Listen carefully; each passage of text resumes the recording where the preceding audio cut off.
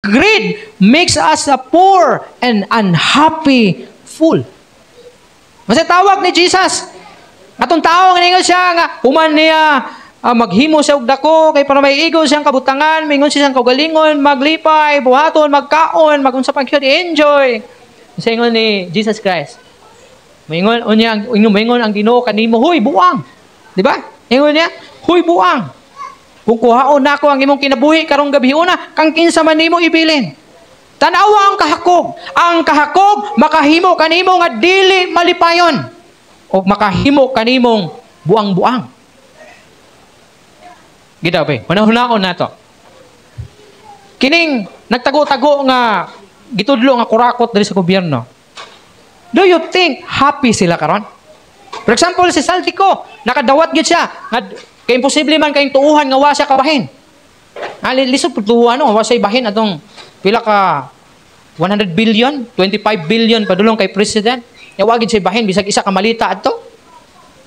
Ha? For example, na siya nadawat. Pila ka milyon ang iyahang nakurakot sa gobyerno. Do you think malipayon siya ron? Dili siya happy ron. Ano man? Di siguro sa katulog karon. Kaya magabantay siya, kay basin o ngay mo biras sa iyaha. Labi na after sa iyahang pagpagawas sa iyang statement. Di na tumatulog. Ano man?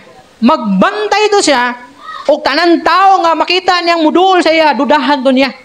Na murag birador ni. Murag tirador ni, murag tirahon ko ani. Magsalimuang to siya. Salimuang siya, magunahuna siya nga, dunay mo patay sa iya. Nya, malipayon na. Dili, Dili kamay mong magmalipayon.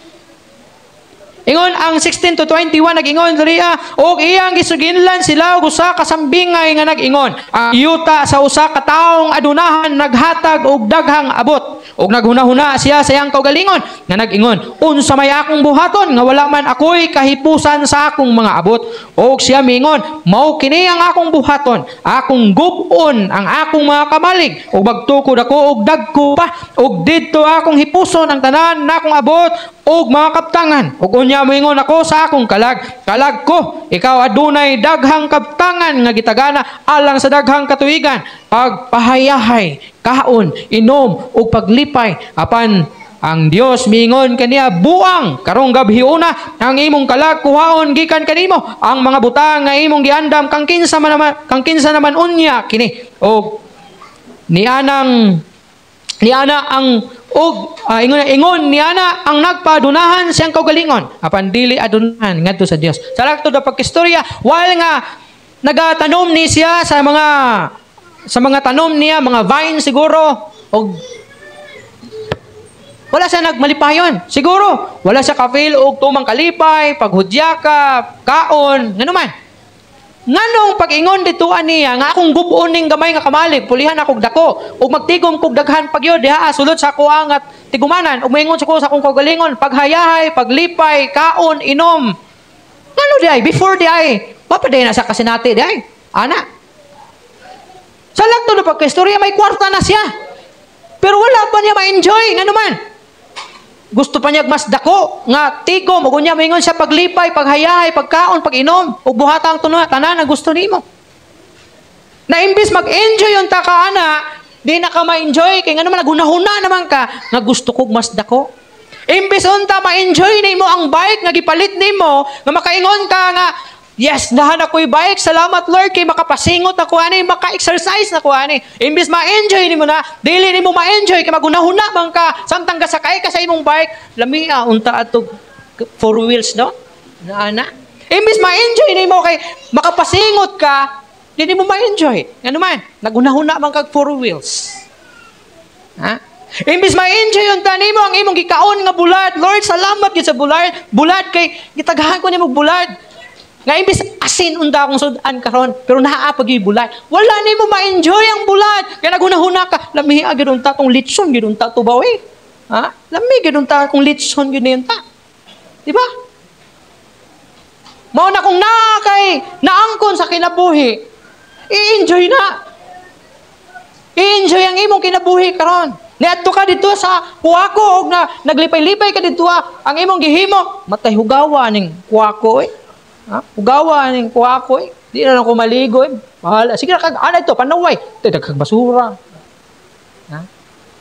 Lami unta tug didto ko sa Australia ba no? O kaya na lang gud sa Boracay. Ha? Mas enjoy gid siguro ko sa Boracay ko. Instead na ma-enjoy nimo ang moment. Di mo ma-enjoy kay gusto nimo nga mas katong yung nindot, katong walay hugaw, wala kay makita nga hugaw, white sand tanan. Imbis ma-enjoy nimo ang imong napalit nga tsinelas nga kining Spartan. Gwapo, salamat Lord kay gaay kay Spartan bisag budagan po kani murag lisod gini sa bitason. Pero pagpalit mag Spartan, matay kahiya po dani oy. Murag mas lamig ganun ta sa utong habayanas pa no. Ha? Di mo ma-enjoy. Tungod kay diskontento ka just like aning tawhana nga naa naman say mga abot, naa na say mga ani. Pero nagtanom pa gid daghan para mapuno ang iyang budiga og wala na igo nga kabutangan og unya mingon pa siya nga kung mapuno na ni tanan do na nakoy dako nga tigom nga igo sa daghang katuigan mingon ko sa akong kagalingon pagpahayahay paglipay pag-inom pagkaon buhatang tanan na gusto nimo igsoon kun unsay naa sa imuha ay na pagpaabot na makatigom pa ka saka pa ka maglipay kung naaman lang kay kwarta karon og makapalit ka og dili man siguro abundansya na dito ka makakaon sa mahalon na mga restaurant, siguro karinderya, Jollibee, enjoy na. Ay nahulat na nga. Murag lamig siguro kung dito ko sa Vikings na. Ha?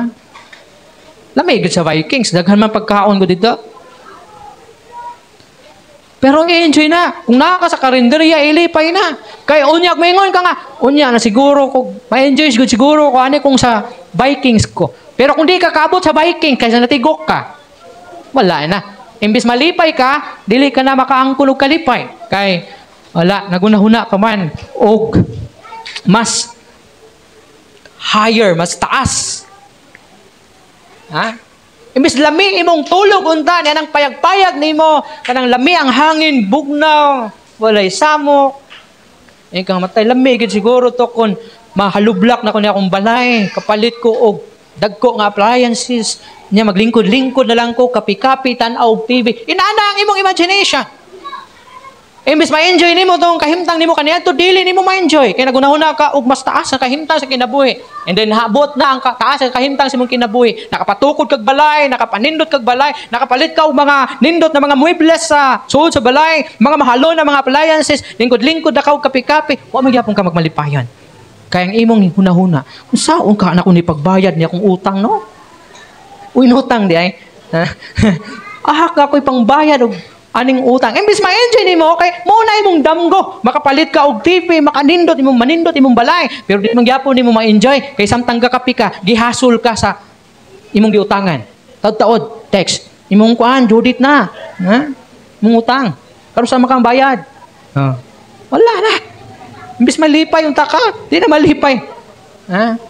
Nya gawa sa ana, di nakakasimba. Ano man? Bantayan nimo imong balay kapag may kawatan, mahal baya ang TV. Ha?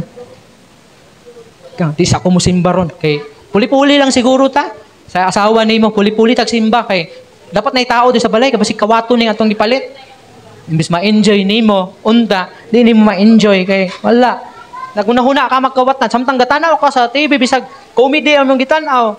Di ka makakatawa kay nagunaw ka batay kawaton ni siguro. Nasilingan imong gitanaw murag naong pa lang mo murag kawatan na. Ha? May mo na noon kang kwan, judgmental. Ha? Hebrews 13:5 nagingon, keeps your lives free from the love of money. Oh. And be content with what you have because God has said, I will never leave you, never will forsake you.